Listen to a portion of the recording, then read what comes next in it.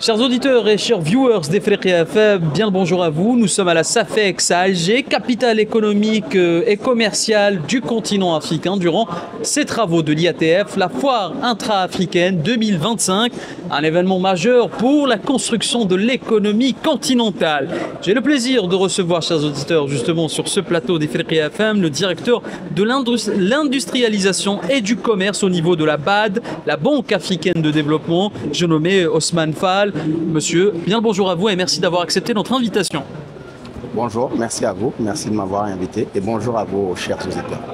Tout le plaisir est pour nous et justement vous êtes accompagné d'une personne aussi que je vais présenter, Issatou Fall, qui est femme investisseur et entrepreneur venue du Sénégal et qui travaille justement dans le secteur agricole. Bien le bonjour à vous, madame. Bonjour et merci pour l'invitation, merci Ousmane, merci à vous.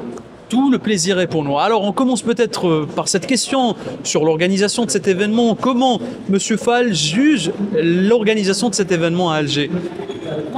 Merci. Avant de répondre à votre question, j'aurais aimé souhaiter remercier quand même notre pays hôte, qui est l'Algérie, qui nous a donné vraiment les facilités nécessaires pour pouvoir aujourd'hui avoir un très beau succès.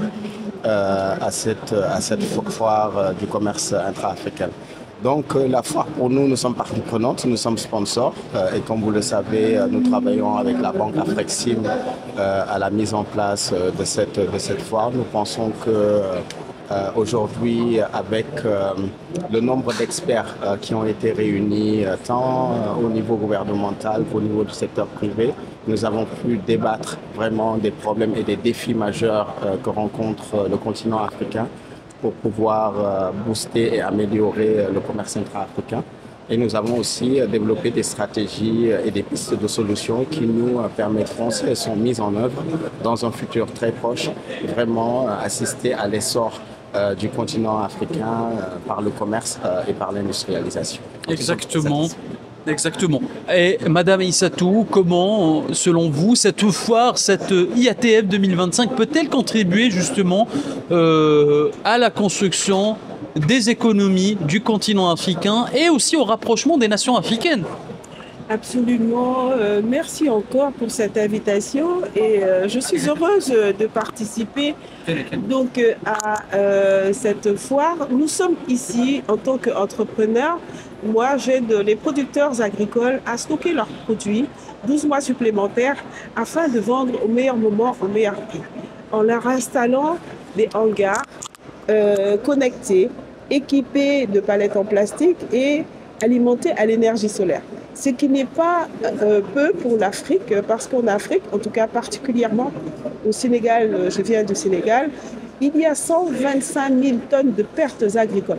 Donc quand on parle d'économie, on parle de 1700 hangars en ce qui concerne notre domaine, mais c'est énormément de richesses perdues pendant ce temps-là. Cependant, je voudrais souligner qu'aujourd'hui, avec l'aide du gouvernement sénégalais, nous sommes aussi à l'IATF, qui est de la foire de la ZLECAf, et qui nous permet de faire du commerce intra-africain et justement de trader entre nous. Ça nous permet, moi en tant qu'entrepreneur, j'ai rencontré un partenaire algérien avec qui je travaille déjà. Et pour nous, du point de vue économique, c'est très important de travailler entre Africains. Et justement, est-ce que cet événement, l'IATF 2025, peut redonner confiance aux participants africains en leur institution, peut rapprocher justement les citoyens africains en leur institution des institutions comme la Banque africaine de développement, monsieur le directeur Fall?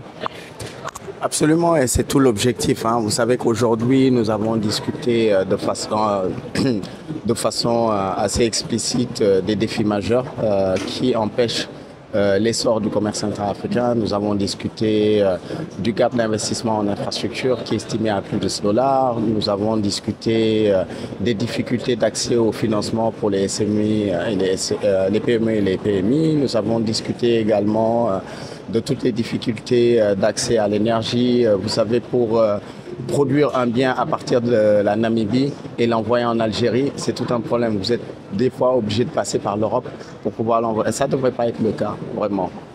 Nous devons apporter des solutions par rapport à cela. Et justement, c'est l'objectif de cette foire-là, de faire du matchmaking, donc de créer des partenariats entre les différents acteurs du secteur privé, mais aussi de discuter des défis que nous avons ici en Afrique et d'y apporter des solutions. Et la BAD est au cœur justement de ces solutions-là. Vous savez que la BAD est une banque d'infrastructures. Durant ces 10 dernières années, nous avons financé à hauteur de plus de 40 milliards de dollars pour soutenir les infrastructures sur le continent. Nous venons avec de nouvelles stratégies de développement de corridors économiques. Vous savez, d'habitude, lorsqu'on finançait une route ou une ligne ferroviaire, qu'elle soit nationale ou transfrontalière, l'idée c'était de construire la route. Mais maintenant, nous venons avec une nouvelle stratégie. On veut des moyens de connexion multimodes, donc ça peut être route ou rail ou autre chose, mais aussi nous venons avec des programmes de développement et d'aménagement spatial. Donc le long des corridors, il faut développer des unités industrielles, donc il faut industrialiser, mais aussi il faut mettre en place des zones de transformation de nos produits agricoles pour pouvoir justement participer au développement économique de ces zones reculées-là. Donc l'Afrique est très riche en ressources naturelles. Nous voulons aussi sortir de cette logique où nos ressources naturelles sont exportées de façon brute, sans transformation, sans valeur ajoutée. Donc nous sortons de cette logique-là. Nous l'avons fait pour la Mauritanie, comme vous le savez, qui est le deuxième ou le troisième plus gros exportateur de minerais de fer en Afrique. Et nous les avons aidés à la mise en place d'unités pour pouvoir transformer ou en tout cas avoir de la valeur ajoutée sur le minerai de fer. Et c'est ce que nous faisons dans tous les types de produits. Et nous pensons que la foire aujourd'hui est vraiment, on va dire, le moyen et l'instrument qui nous permet de vulgariser, qui nous permet de discuter, qui nous permet de trouver des solutions et qui va nous permettre vraiment d'atteindre les objectifs qu'on s'est fixés à la fois en 2030 pour les SDGs. Vous savez que nous sommes très loin de ces objectifs-là, mais aussi à l'atteinte des objectifs qu'on s'est fixés dans l'agenda 2063 de l'Union africaine. Exactement, vous avez cité les nombreux défis justement qu'attendent le continent africain, notre cher continent africain. Et parmi ces défis aussi, c'est l'accès des femmes au monde des affaires. Aïssatou, vous êtes femme d'affaires venue du Sénégal. Est-ce que c'est difficile de faire des affaires en Afrique pour une femme? Très bonne question qui vient à point nommé. Nous avons plusieurs défis, parmi lesquels on va parler de l'accès au financement, l'accès au marché. Hier, j'ai rencontré une personne avec qui j'ai discuté, qui venait d'un autre pays. Je ne vais pas citer le nom du pays. Et quand on lui a dit, voilà, Aïssatou est entrepreneur, il a dit, elle fait tout. Il a répondu tout. Je lui ai dit, je suis désolée, je ne fais pas tout. Ce que je fais, j'apporte de la valeur ajoutée à mon pays. J'apporte de la valeur ajoutée à l'Afrique. Quand je parle de résorber les pertes post-récolte, je parle de 1700 hangars qu'on doit installer. 1700 hangars, ça permet de résorber 125 000 tonnes de pertes de produits agricoles. Monsieur Fall vient de parler de transformation. Donc nos hangars permettent de conserver, de transformer et d'exporter le surplus. Ça permet, c'est un métier que font beaucoup de femmes. Nous avons beaucoup de productrices agricoles. Vous savez ce que c'est que de travailler dans un champ? J'ai vu ça, je peux vous dire que c'est très fastidieux. Et si en plus vous perdez les 3/4 de ce que vous avez produit, je vous laisse faire le calcul. Merci. Justement, je le disais, l'émancipation des femmes, mais on remarque aussi dans cette foire de l'IATF 2025 une participation immense des femmes. Elle est là, la femme entrepreneur, investisseur, elle est là, elle est venue à Alger. Et justement, des banques comme la Banque africaine de développement aident justement cette émancipation, poussent les femmes justement à entrer dans ce monde des affaires, n'est-ce pas, monsieur le directeur ? Absolument. Vous savez, pour nous, la femme est un atout majeur à la fois dans le foyer, elle est un atout majeur dans la communauté et elle est un atout majeur dans nos sociétés. Au niveau de la BAD, nous avons pris l'engagement délibéré, vraiment absolument délibéré, de venir avec des programmes de soutien aux femmes pour les aider non seulement à l'émancipation, mais à pouvoir s'intégrer dans le monde des affaires, dans le monde économique. Nous avons un programme qu'on appelle AFAWA, c'est le Affirmative Financing Action for Women in Africa.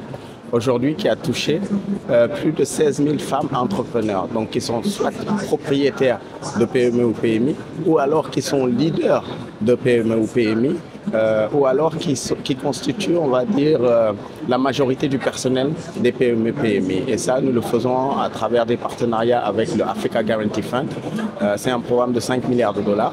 Nous avons déjà lancé les 2 milliards de dollars et nous avons fait ça à travers une trentaine d'institutions financières également. Et donc, c'est des programmes comme ça qui sont délibérés, qui donnent vraiment, on va dire, le rôle majeur à la femme.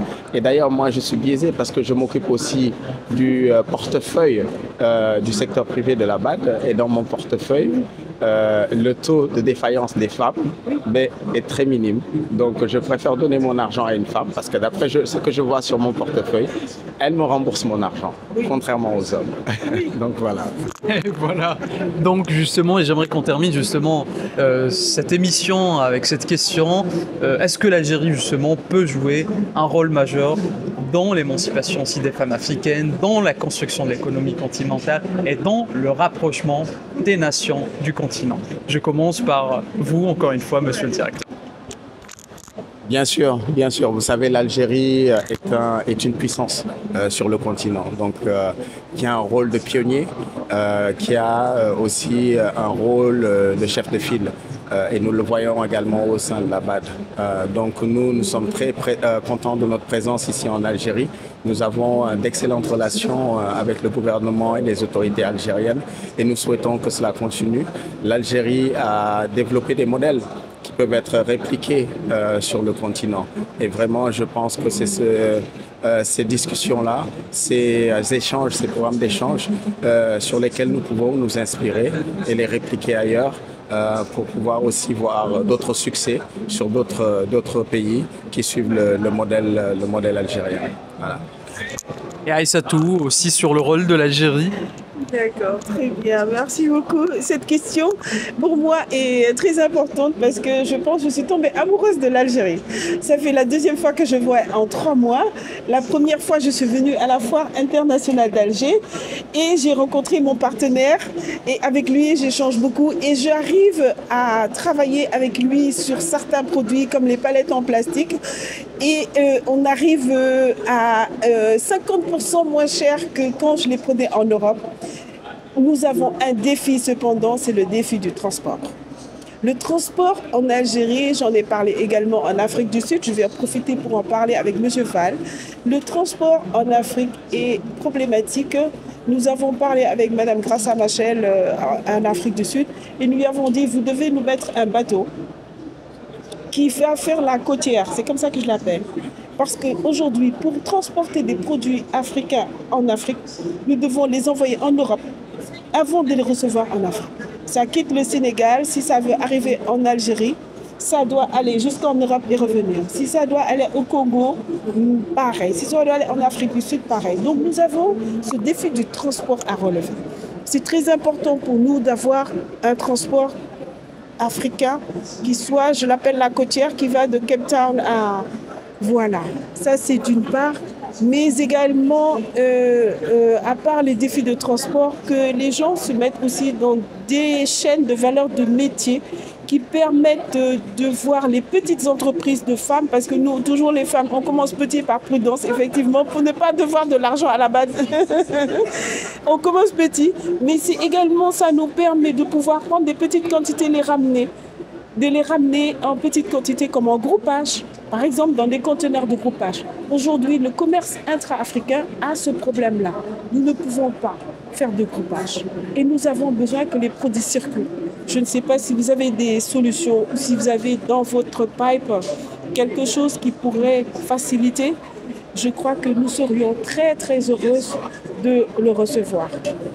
Mais également, je souhaite dire merci à Madame Marie-Rose Faye, qui est la directrice de l'ADPE, l'Agence de développement des petites et moyennes entreprises. Aujourd'hui, nous sommes venus des femmes en force, soutenues par le gouvernement sénégalais, et nous sommes à peu près 75 femmes sur 100 personnes. C'est dire qu'il y a un minimum d'hommes, ça veut dire que les femmes aujourd'hui sont en train de se lâcher franchement partout dans tous les domaines. Et nous avons un écosystème très fort en entrepreneuriat féminin. Et voilà, on peut dire aussi que l'IATF 2025, c'est aussi le pouvoir économique au féminin à Alger. Je tiens à remercier infiniment le directeur, justement, notre directeur de la BAD, Osman Fall, qui est directeur de l'industrialisation et du commerce au niveau de la Banque africaine de développement. Merci d'avoir accepté notre invitation et merci aussi d'avoir répondu à mes questions et éclairer nos chers auditeurs africains aussi sur le rôle que joue la Banque africaine de développement, de développement justement dans l'émancipation des femmes et dans la construction de l'économie continentale. Je remercie également Aïssatou Fall, qui est femme, investisseur et entrepreneur venue du Sénégal pour marchander, pour commercialiser son produit. Courage à elle. Et je tiens aussi à remercier nos auditeurs, notre technicien aussi et journaliste Tahar Terbint qui est là et l'ensemble de l'équipe des Frères FM présente à la SAFEX. Merci.